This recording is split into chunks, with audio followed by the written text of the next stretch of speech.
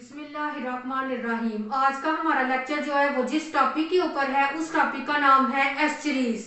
एस्चरीज जो है वो हमें जो है वो शॉर्ट क्वेश्चन के हवाले से आता है ये कि व्हाट इज एस्चरीज और what are the importance of estuaries. Estuaries क्या है और एस्चरीज की इम्पोर्टेंस क्या है।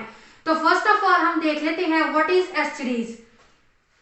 The area where a fresh water stream और river merge with the ocean.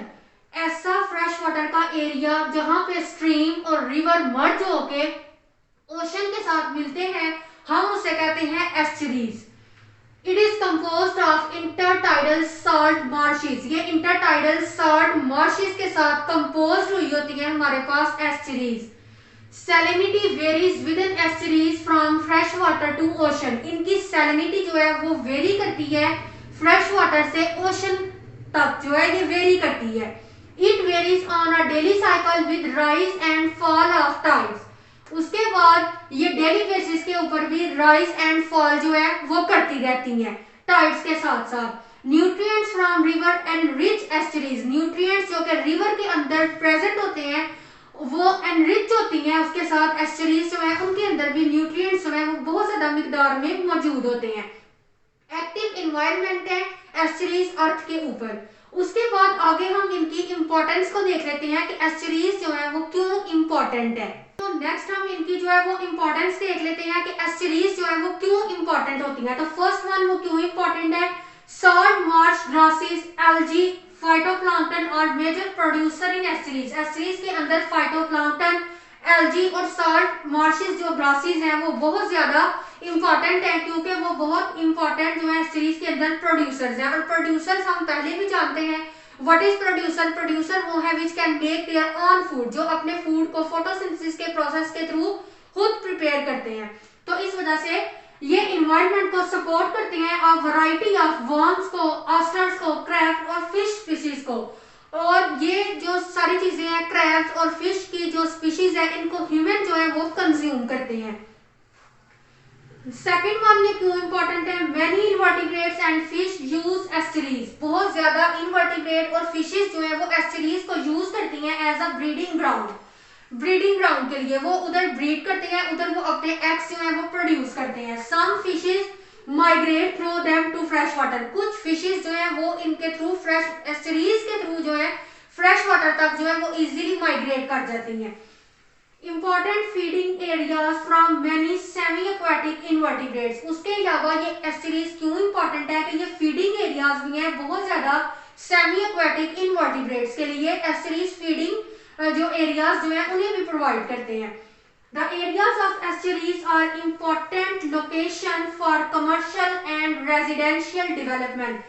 जितने भी एरियाज जो हैं एस्चरीज के वो बहुत ज्यादा इंपॉर्टेंट हैं लोकेशन वाइज, कमर्शियली और रेजिडेंशियली डेवलपमेंट्स के लिए भी बहुत ज्यादा इंपॉर्टेंट है। But estuaries are receiving a large amount of pollutant. लेकिन अनलकीली जो एस्चरीज है वो बहुत ज्यादा पोल्यूटेंट्स को जो है वो रिसीव कर रही हैं जो कि एक्वाटिक स्पीशीज जो है उनके लिए बहुत डेंजरस है क्योंकि पोल्यूटेंट्स के अंदर बहुत हार्मफुल केमिकल्स जो है वो मौजूद होते हैं जो कि हमारे जो एक्वाटिक स्पीशीज हैं उनको जो है वो हाईली जो है वो हार्मफुल होते हैं उनके लिए और उनको बहुत ज्यादा नुकसान जो है वो होता है। तो ये हमारे पास जो है वो एस्चरीज है और इम्पोर्टेंस है हमारे पास एस्चरीज की। तो नेक्स्ट जो है वो हमारे पास एस्चरीज के बाद जो है वो कुछ सम इम्पोर्टेंट जो है वो टेरेस्ट्रियल इकोसिस्टम है हमारे पास। ठीक है, टेरेस्ट्रियल इकोसिस्टम को जो है वो फॉलोइंग मेन टाइप्स के अंदर जो है वो डिवाइड किया गया है जिस जो कि लॉन्ग क्वेश्चन के लिए लॉन्ग क्वेश्चन के हवाले से बहुत ज्यादा इंपॉर्टेंट है और एग्जाम्स में ये लॉन्ग क्वेश्चन जो है वो बहुत इंपॉर्टेंट है, किसी पर भी आपको नोट आ सकता है। तो जो हमारे पास इंपॉर्टेंट टेरेस्ट्रियल इकोसिस्टम है उनमें हमारे पास आ जाता है temperate deciduous forest, coniferous, alpine and boreal forest, tropical rain forest, grassland ecosystem, desert ecosystem और टंड्रा इकोसिस्टम। इन इकोसिस्टम में से किसी एक पर भी आपको लॉन्ग क्वेश्चन के हवाले से नोट आ सकता है। हम इंशाल्लाह इन सब इकोसिस्टम को वन बाय वन डिटेल में देखेंगे। तो नेक्स्ट हमारा जो है वो टेरेस्ट्रियल इकोसिस्टम जो कि हमारा फर्स्ट वाला है जिसमें हमारे पास आ जाता है temperate deciduous forest. Temperate deciduous forest जो है उसको हम देख लेते हैं कि टेम्परेट डिसीडियस फॉरेस्ट जो है वो कैसे के होते हैं, कहाँ प्रेजेंट होते हैं, उनमें कौन कौन से एनिमल्स, कौन कौन से प्लांट्स, कौन कौन से माइक्रो ऑर्गेनिजम्स और भी हम चीज़ों को देखेंगे कि वो उधर किधर किन जगहों पे उनकी लोकेशन है, किधर वो प्रेजेंट होते हैं, वो सब हम डिस्कस करेंगे। और ये बहुत ज़्यादा इंपॉर्टेंट है लॉन्ग क्वेश्चन के हवाले से। तो देखते हैं कि टेम्परेट डिसीडियस फॉरेस्ट जो है उनकी लोकेशन क्या है। फर्स्ट ऑफ ऑल अगर हम उनकी लोकेशन की बात करें तो temperate moist conditions are present in, ये जो टेम्परेट मॉइस्ट कंडीशन है यानी कि ये हमारे पास टेम्परेट डिसीडियस फॉरेस्ट है। ऐसे फॉरेस्ट इधर मॉइस्ट कंडीशंस भी होती हैं और ड्राई कंडीशंस भी होती हैं। तो ये किन किन जगहों पर प्रेजेंट होती हैं, इनकी लोकेशन क्या है।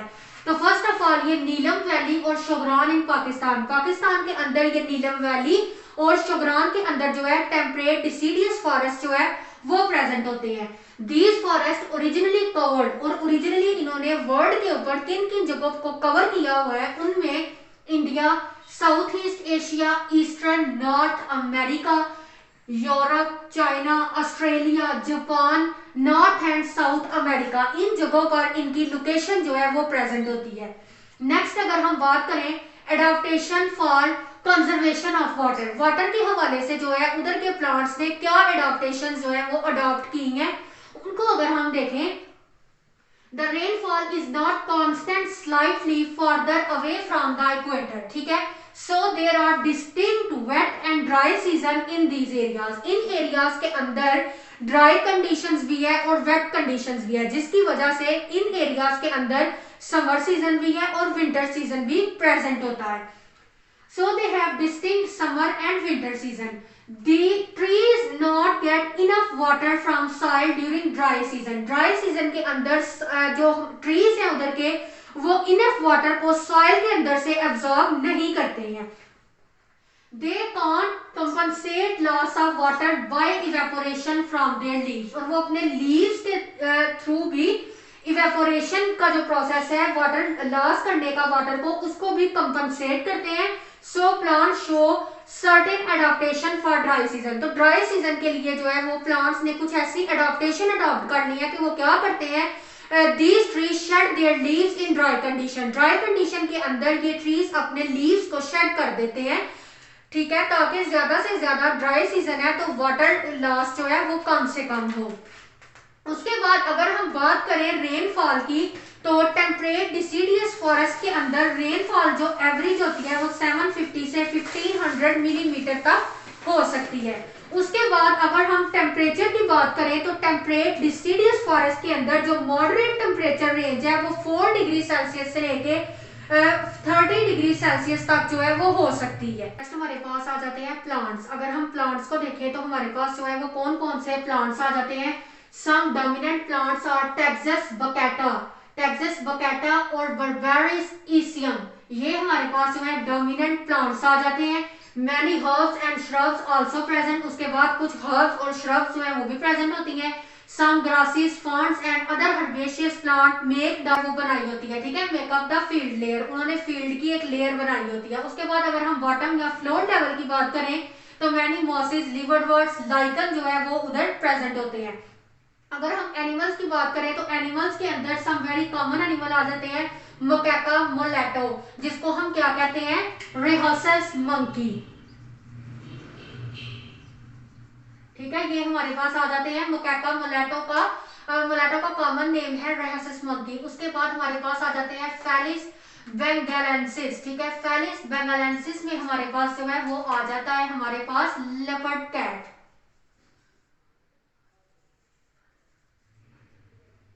ठीक है, ये हमारे पास लेपर्ड कैट आ जाती है फेलिस बेंगालेंसिस में। इसके अलावा कुछ डियर और वुल्व्स भी हमारे पास जो है वो प्रेजेंट होते हैं। अगर हम माइक्रो ऑर्गेनिजम्स की बात करें कि कौन कौन से माइक्रो ऑर्गेनिज्म जो है वो टेम्परेट डिसीडियस फॉरेस्ट में प्रेजेंट होते हैं, तो माइक्रो ऑर्गेनिज्म में हमारे पास आ जाते हैं various type of micro organisms also present. वो माइक्रो ऑर्गेनिज्म क्या करते हैं, लीडर को कन्वर्ट कर देते हैं ऑर्गेनिक मटेरियल के मैटर के अंदर, और मटेरियल के अंदर सच एज बैक्टीरिया, फंजाई और अर्थवर्म भी जो है वो सॉइल के अंदर प्रेजेंट होते हैं, सॉइल की डिगिंग वगैरह करते हैं और बहुत सारे लीटर को जो है चेंज कर देते हैं ऑर्गेनिक मैटर के अंदर। अगर हम सॉइल कंडीशन की बात करें तो टेम्परेट डिसीडियस फॉरेस्ट के अंदर सॉइल की कंडीशन कैसी है, तो ग्रेश ब्राउन कलर की सॉइल है। इट इज वेरी फर्टाइल और रिच इन ऑर्गेनिक मैटर, और ऑर्गेनिक मैटर से वो फुली जो है वो एनरिच होती है और उसके बाद मैक्सिमम वाटर होल्डिंग कैपेसिटी जो है वो अपने अंदर रखती है। हमारा जो लेक्चर था वो एस्चरीज के ऊपर, और कुछ हमारे पास जो है वो इम्पोर्टेंट जो है वो ये टेम्परेट डिसीडियस फॉरेस्ट के ऊपर था। टेम्परेट डिसीडियस फॉरेस्ट जो है वो लॉन्ग क्वेश्चन के हवाले से बहुत ज्यादा इंपॉर्टेंट है। और अगर आप एस्चरीज की बात करें तो मैंने पहले भी आपको बताया कि एस्चरीज शॉर्ट क्वेश्चन के हवाले से बहुत ज्यादा इंपॉर्टेंट है। आप लोग आज के इस लेक्चर को देखिए, अगर किसी को कोई कंफ्यूजन है, किसी भी हवाले से कोई क्वेश्चन है, तो वो मुझे कमेंट बॉक्स में मैसेज करें। इसके अलावा डिस्क्रिप्शन में मेरा व्हाट्सएप नंबर है, आप उधर व्हाट्सएप ग्रुप में भी मुझे ज्वाइन कर सकते हैं।